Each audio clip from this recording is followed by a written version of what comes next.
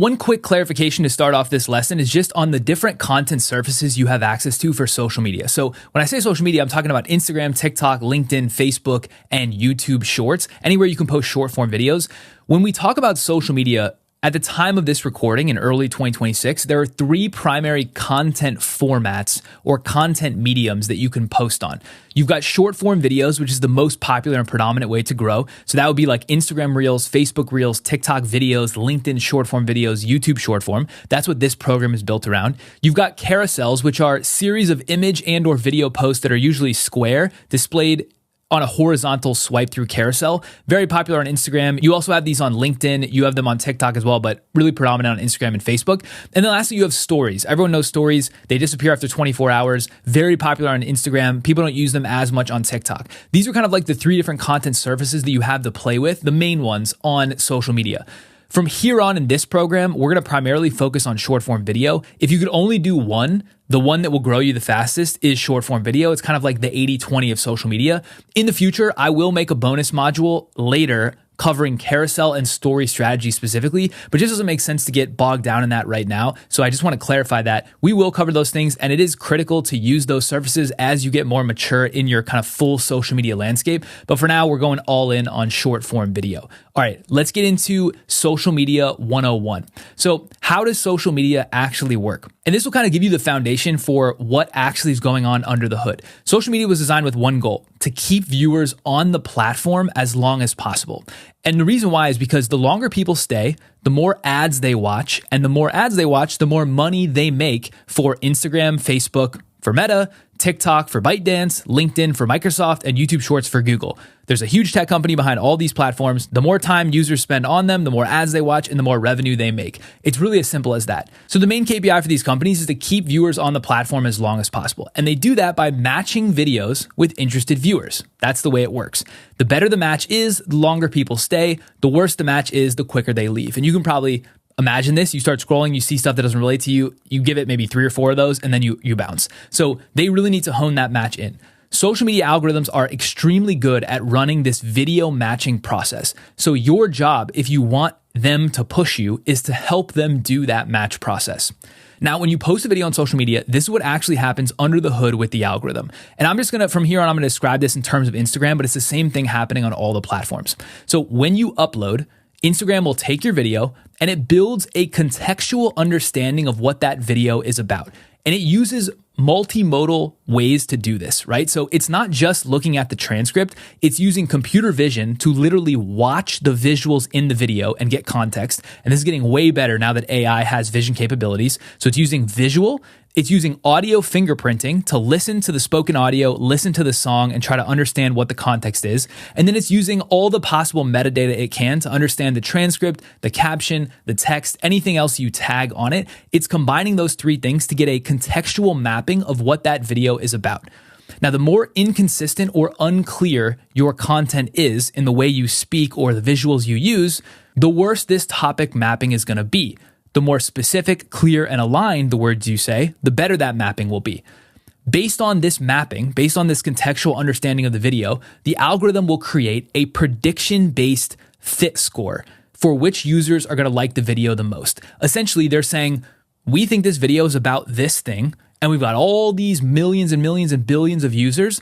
Each of those users has a profile with watch behavior history, and they know they like certain types of videos. So they create a fit score on your video, and they try to match it with other users who have a history of liking things with a similar type fit score. Essentially, what they're doing is saying, we think there's a high probability that this specific user is going to like this specific video based on what they've consumed in the past. And so what they do then is they queue up your video for a small batch of the users with the highest probability satisfaction rate or hit score. They've got a ranking basically of all the users, and they're like, all right, let's try our top 100 most likely to like this video. Let's send it to them and see what happens. That's basically what they're doing underneath. Think of the fit score as Instagram's best guess. They don't know for sure people are going to like your video, but they're doing their absolute best to hope that guess is correct. And the reason why is because if they guess wrong, people will see a video they don't like and bounce. And that's the worst possible thing. So to test their guess, to test this hypothesis, the Instagram will first show your video to a small audience audience test group. This could be 100 people, 200 people, 500 people, depends how big you are, but it's just going to be a small sample right off the bat. Now, typically that test group or this seed group is going to mostly be non-followers. In the past, it was mostly followers, but now with For You that they have license to put videos in front of people when they've never seen the creator before, mostly this is non-followers. And their logic is the easiest way to validate that their fit score is correct is by showing people the video that don't already know you. That will put more emphasis on the idea, the execution, the topic, and the way the video works. This is just more proof why followers don't really matter in the grand scheme. And we'll get into that more in a minute. So that's what they do, right? They build a seed group, 100, 200 people, mostly non-followers, some followers, and they blast the video out and they say, let's see if our fit score was correct. Now, based on the engagement metrics from that first sample group, that first couple hundred people, Instagram's going to get either positive, neutral, or negative data back. If the data is positive, that means a lot of people liked it, they watched it for a while, they shared it, the watch time was up, all the metrics were good. And if that happens, that means Instagram's prediction was accurate as to who would like the video. And so they'll feel confident in pushing your video to more people like those. Right? Because if they say, oh, we were perfect, we assessed that perfectly, let's go now blast this out to 2,000 people that are just like those 200. This is what you want. Now, if the data is neutral, like some people like it, some people don't, the algorithm is going to remap its prediction score and it will push your video again, but likely with less intensity. Maybe instead of pushing it to 2,000 people right away, it's just another set of 200 because it's still not sure. It has to restart the process. If the data is negative, like very few people like it, a lot bounce off, very few people engage and watch for a while. If that's the case, well, the algorithm's going to slow down its push right away, eventually stopping pushing it altogether because it doesn't want to risk people watching a video that's a bad fit.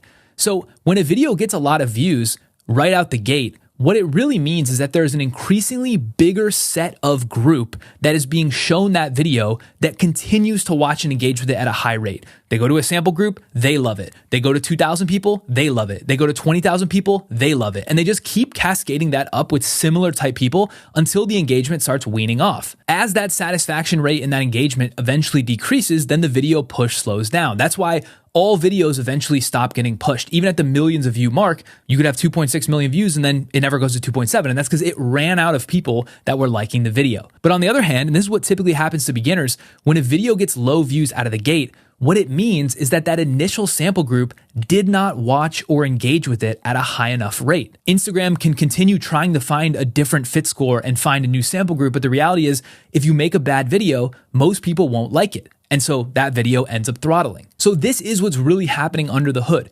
You post a video, Instagram gets an understanding of it, they post it to a sample group of 200 people, and they're trying to have that be the right people. If they love it, they boost it bigger. If they don't love it, they stop pushing it. It really is as simple as that. So what does all this mean overall for your social media strategy? Because the goal is to understand what's happening, but then also how do we take action to prevent this negative effect from going on? So this is how I teach people.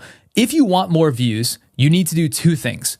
One, you need to help the social platforms build the right fit score to find the best sample audience initially. So what can you do in your video to make sure that fit score is correct? Then B, you need to make sure the sample group that they go to first actually likes the video and engages with it, because then the positive data will come back and they'll boost it. Those are the two things that matter most if you want to get your videos more traction. So the reality is, if that sample group is the right fit and they like the video, you're going to be in good shape because the algorithm is just going to keep pushing it.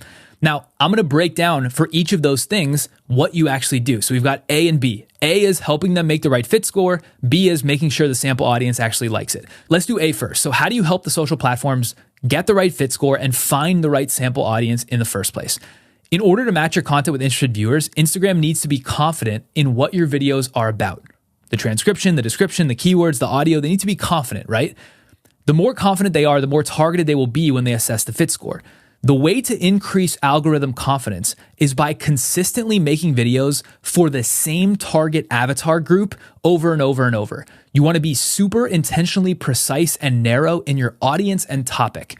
Because this is what happens, right? If you make a video about science and it's for business owners, and the next video is science for business owners, and the next video is science for business owners, eventually the algorithm's like, oh, this guy, this girl really makes a lot of videos about science for business owners. I feel more confident that I can aim my sentiment engine, my understanding, my contextual understanding towards science for business owners. So when you post a new video and it's science for business owners, they're like, cool, we know exactly what to do with this. That's audience matching. That's topic alignment.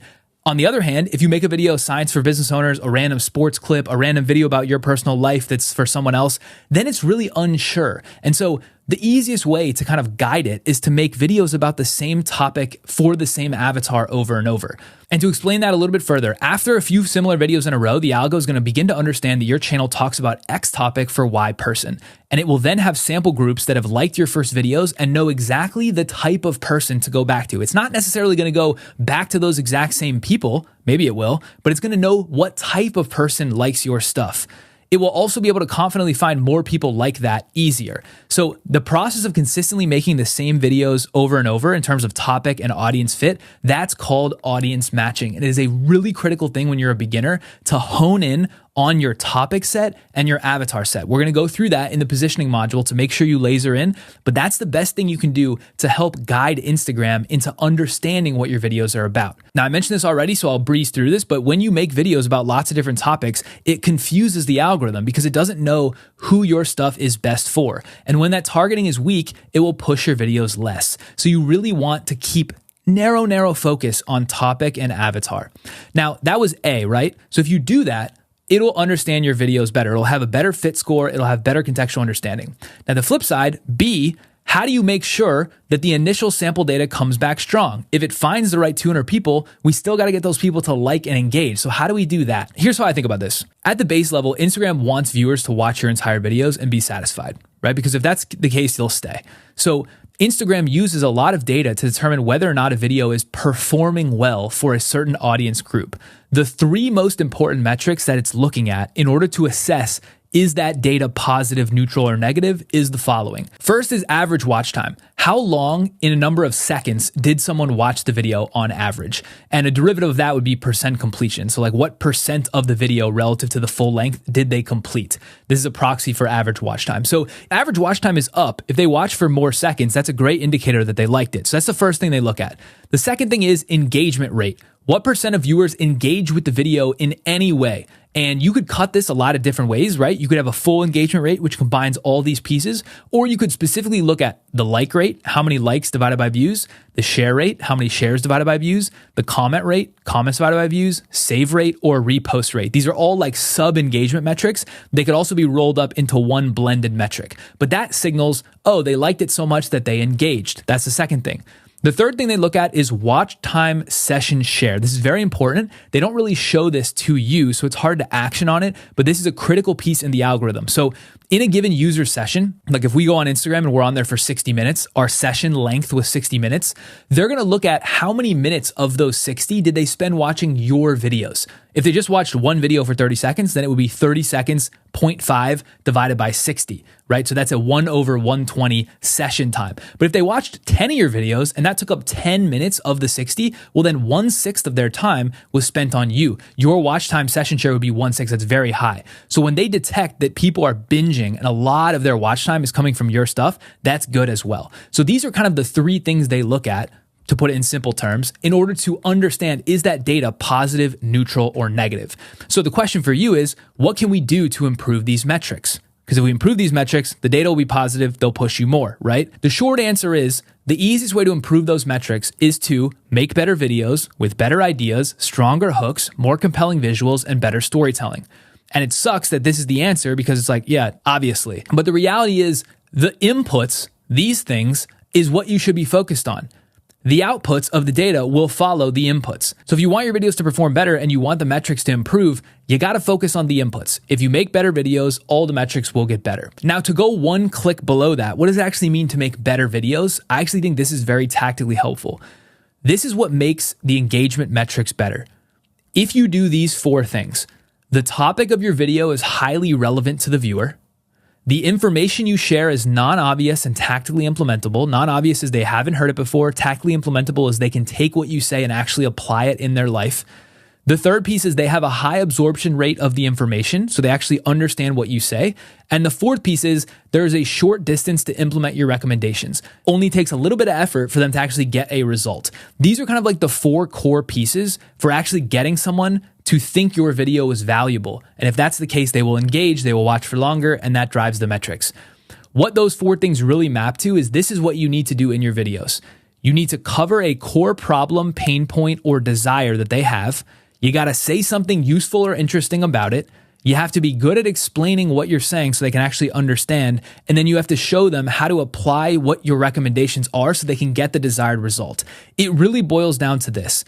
This is the inputs simplified. As long as you make videos they care about, you explain them well, you give them something to do and make it easy for them to do it, they will engage and the metrics will go up. So we'll talk a lot more tactically about what that actually means. How do we pick formats and ideas and scripts and hooks that would do this? But at the highest level, this is the cheat code for getting the metrics to go up. So that's all I wanted to cover in this video. In the next video, we're going to break down virality, how it works, how to get it, why you might not want it. But that first video is more to say, here's how social media works at a fundamental level. Here's what they're actually doing with your video to assess why it's good or bad. And then here are the things that you can do to try to improve those metrics. Hopefully that was clear. Let's go to the next video on virality.